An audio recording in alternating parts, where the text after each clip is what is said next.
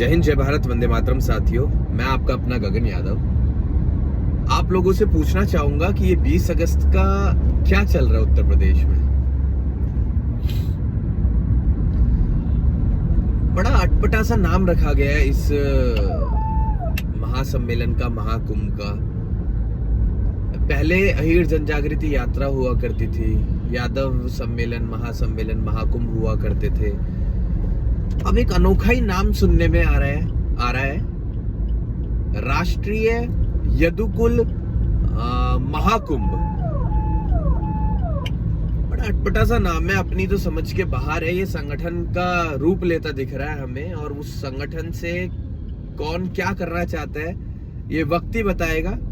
हमें तो सब कुछ पता है, लेकिन हम अपने मुंह से बोलना कभी उचित समझते नहीं है, क्योंकि जिन जिन राज्यों में मेहनत करके हम कार्यक्रम करके आए हैं, वहां हमने यही देखा है कि उसके बाद संगठन बन जाते हैं। चलिए अच्छा है, आप बनाइए संगठन, लेकिन वो संगठन करेगा क्या और किस दिशा की तरफ आप लेकर जा रहे हैं चीजों को, आप करवाना क्या चाह रहे हैं, इसके पीछे आपकी क्या मंशा है। सवाल बहुत सारे हैं, मैं करना चाहूंगा तो फिर शायद लोग महाकुंभ में, महासम्मेलनों में आना ही बंद कर देंगे, प्रतिष्ठित जो व्यक्ति हैं, क्योंकि भाई हमें ठेस पहुंचती है। हम सड़कों पर भटके, हम काम करें पिछले कई सालों से, जब एक व्यक्ति नहीं जानता था कि ये मुद्दा क्या है। उत्तर प्रदेश की बात कर रहा हूं, बाकी राज्यों में तो छोड़ो, कोई जानता भी नहीं है कि मुद्दा क्या है।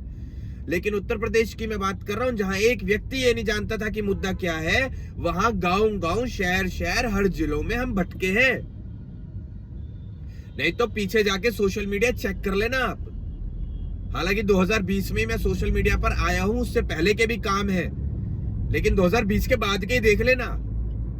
3 सालों के ही काम दिख जाएंगे आपको, 2.5-3 सालों के ही। मैं तो ये भी नहीं कहूंगा कि मैं पिछले 5 सालों से कर रहा हूं, क्योंकि 5 सालों का रिकॉर्ड सोशल मीडिया पे नहीं था तो नहीं है, लेकिन जो जानते हैं उन्हें पता है। 2018 का जुड़ा हुआ हूं मैं राव अजीत सिंह जी के साथ, और उसके बाद हरियाणा में मैंने इस चीज को देखा, समझा, करा। गुड़गांव से रेवाड़ी ताऊ जी लेके गए थे, वहां गांव-गांव राव अजीत सिंह जी ने बैठाया, तब जाके ये मुद्दा हमें समझ में आया। आज कोई भी आ जाता है, उठ के कोई भी आ जाता है, ही रेजिमेंट का नाम लेता है और अपनी राजनीति चमका लेता है। आज की तारीख में ये परिस्थिति उत्पन्न हो चुकी है। पुराने आदमी हमारे गायब होते जा रहे हैं मुद्दे से, नए आदमी श्रेय बटोरने के लिए मैदान में आते जा रहे हैं। जिसके पास जितना पैसा है वो उतना ही बड़ा इसका खिलाड़ी बन रहा है। एक बात हमेशा ध्यान रखना, आप संघर्ष को कभी मात नहीं दे सकते। 5 साल हमने लगाए हैं, और अपना काम धंधा सब कुछ छोड़कर निस्वार्थ भाव से, क्योंकि एक वादा किया था हमने कि 2018 में जुड़े थे, 2019 में तो खैर 1 साल में बदलाव नहीं ला पाते, लेकिन वादा ये किया था लोगों से कि 2024 के सेंट्रल इलेक्शन तक इस मुद्दे को सुलझा देंगे। और ये वीडियोस भी आपको कहीं ना कहीं मेरी मिल जाएंगी, ना मिले तो मेरे को बता देना, मैं भिजवा दूंगा। ये वादा किया था कई सालों पहले, और आज जब उस वादे को पूरा करने के लिए हम उस तारीख तक पहुंच पा रहे हैं, तो हमें ये दिख रहा है कि लोग इसकी वाहवाही बटोरने के लिए, लोग जिन्होंने संघर्ष नहीं किया है, जिन्होंने कभी, हमने जिनको ये झंडा उठाते हुए नहीं देखा है पीताम्बरी का, ही रेजिमेंट का, वो आज कहते हैं कि हम इसके जिम्मेदार व्यक्ति हैं, हम इसके कोऑर्डिनेटर है। Sorry, so called coordinator. अरे कौन कोऑर्डिनेटर? आज तक कोई कोऑर्डिनेटर इसका नहीं रहा। ये समाज का मुद्दा था, समाज के लोग डिसाइड करते कि किसको कितनी जिम्मेदारी देनी है, किससे क्या काम लेना है।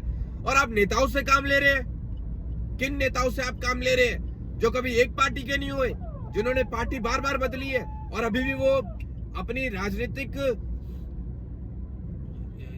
जो उनका करियर है उसको सुधारने में लगे हुए हैं। इसके माध्यम से, मतलब मेरा समाज आज की तारीख में इस्तेमाल हो रहा है।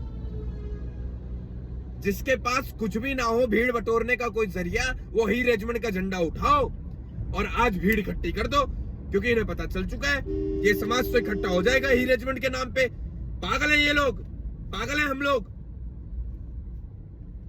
माना आप सम्मानित व्यक्ति होंगे, और हैं आप, लेकिन आपको कोई अधिकार नहीं है कि आप डिसाइड करें कि कौन झंडा उठाएगा इसका और किसको जिम्मेदारी दी जाएगी। झंडा उठाए सब उठाए, लेकिन रही बात जिम्मेदारी की, तो जिम्मेदारी एक जिम्मेदार व्यक्ति को दी जाएगी। हमसे बड़े और भी लोग बैठे हुए हैं, जिम्मेदारी उन्हें मिलनी चाहिए थी। हम उनके नीचे काम करते, हमें तो आना ही नहीं है ऊपर, हम कभी आए भी नहीं है ऊपर, ना ही ऊपर आने का शौक, क्योंकि जहां हम मिले हैं लोगों से, जहां हम जुड़ गए लोगों से, वहां हमें पता है, हमें प्रत्यक्ष को प्रमाण की जरूरत नहीं होती, हमें बताने की जरूरत नहीं है कि हम कितने बड़े धुरंधर हैं, हम कितने बड़े समाज सेवी हैं, हम कितने बड़े क्रांतिकारी हैं, हमने आज तक इस समाज के लिए क्या किया है, हमने अपना क्या क्या त्यागा है इस समाज को एक नई पहचान दिलाने के लिए। हमें आज की तारीख में बताने की जरूरत नहीं है, बिल्कुल भी जरूरत नहीं है। आपने 20 अगस्त की तारीख रखी, आप हमारे समाज के सम्मानित व्यक्ति हैं, हमने आपकी तारीख की लाज रखी और हमने कहा कि 20 अगस्त को कार्यक्रम को सफल बनाना थोड़ा परेशानी उत्पन्न कर सकता है, क्योंकि जिस ग्रामीण क्षेत्रों से लोग आएंगे, धान की खेती होती है, तो 65% व्यक्ति वहां पर पहुंचने में असक्षम रहेगा।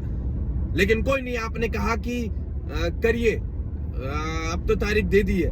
अरे चलो, ये भी कॉन्फ्रेंस कॉल पे बात हो गई थी, आप भी मान गए थे कि सितंबर में कर लेते हैं, मौसम खुल जाएगा।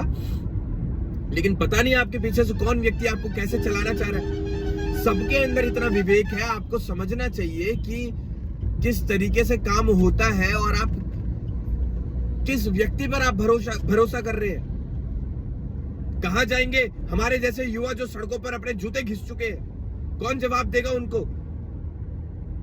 वो हमसे सवाल करते हैं कि भैया चल क्या रहा है, क्या बताएं उन्हें, क्या बताएं कि राजनीति चल रही है, अब संगठन तैयार हो रहे हैं, उन संगठनों से लाभ मिलेगा, किसे मिलेगा, क्या बताएं? हमारे पास है ही नहीं बोलने के लिए कुछ। हमें तो इस्तेमाल होता नजर आ रहा है ये समाज आज की तारीख में। और जो व्यक्ति ये कह रहा है, देखिए पीवीसी योगेंद्र यादव जी का नाम किसी विशेष व्यक्ति द्वारा बार बार आगे किया जा रहा है। कुछ भी उस व्यक्ति को कहो, वो पीवीसी साहब का चेहरा आगे कर दे। अरे भैया, पीवीसी साहब के चेहरे को हमेशा पीछे रखो, वो हमारे समाज का सम्मानित चेहरा है, उनको इस्तेमाल मत करो आप। उनको हम एक अलग नजरिए से देखते हैं और पहुंचाना चाहते हैं। जब गांव हम घूमे थे, लोगों को ये नहीं पता था पीवीसी योगेंद्र यादव जी है कौन, लेकिन उनका भी प्रचार हम साथ साथ कर रहे थे। तो हमें मत बताओ आप कि हमारे अंदर क्या भाव है अपने समाज को लेकर। हम तो अपने समाज का कोई चेहरा है, कोई नाम है, तो उसे और बड़ा बनाना चाहते हैं, और चार चांद उसमें जोड़ते हैं हम कि हमारे समाज का चेहरा इसे थोड़ा सा चमकाया जाए। कहां खोए हुए हो यार आप समझ ही नहीं पाए हो कि किस स्ट्रैटेजी से, किस तरीके से हम काम कर रहे हैं, कैसे हमने लोगों को जोड़ा है, कैसे हमने काम किया है। हमारे युवाओं ने 29 अक्टूबर की डेट दी थी लखनऊ की, फिर भी मैंने कहा था कि मैं अभी इस पर कुछ भी नहीं बोलूंगा, लेकिन उसके 3 महीने पहले तारीख दी थी। लेकिन अब 20 अगस्त की आपने तारीख दे दी। हमारे तो वो सारे युवा अब हमसे नाराज हैं कि आपने अगर बोल दिया होता, आपने अगर उस टाइम पे स्टैंड लिया होता तो ये ना होता। अरे हम कैसे ले लेते स्टैंड? जब हम अपने मन से तारीख देते ही नहीं है तो हम कैसे ले लेते स्टैंड? हम समाज से बात करते, समाज से बात करने के बाद उन युवाओं को कहते कि हाँ, इस तारीख पर समाज मान गया है, आप लोग कार्यक्रम करो, हम जान झोंक देंगे इसको सफल बनाने में। पूछ रहा हूं उन युवाओं से, मैंने अपनी तरफ से एक तारीख नहीं दी, जो तारीख दी समाज से पूछ के दी। जहां समाज ने बुलाया वहां हम गए, हमने अपनी तरफ से दिमाग नहीं लगाया। हमने दिमाग लगाया तो सिर्फ और सिर्फ मेहनत करने पे दिमाग लगाया, जन जागृति यात्रा को सफल बनाने में हमने दिमाग लगाया, बाकी राजनीति करने में हमने कोई दिमाग नहीं लगाया। और ये मुद्दा मुझे आज की तारीख में भटकता हुआ नजर आ रहा है। 5 मई को जो कार्यक्रम, जो मीटिंग लखनऊ में होने जा रही थी तमाम सामाजिक संगठनों की, उन्हें आप ये कहते हैं कॉल करके कि अब 18 को होगी मीटिंग। अरे आपको किसने दी इजाजत? आप कैसे लोगों का दिमाग पलट रहे हैं? आपको किसने अधिकार दिया इस चीज का कि 5 को मीटिंग होगी या 18 को मीटिंग होगी? ये हमारी मीटिंग है, ये हमारे समाज की मीटिंग है। हम 5 को करेंगे या कब करेंगे ये हम निर्धारित करेंगे। और अगर आपको ये कार्यक्रम व्यक्तिगत बनाना है तो आप कीजिए 20 अगस्त को कार्यक्रम, और अगर सामाजिक कार्यक्रम बनाना है तो आइए मिलकर बात कीजिए और तरीके से काम कीजिए। व्यक्तिगत करना है तो चिपकाइए अपनी फोटो और अपना नाम।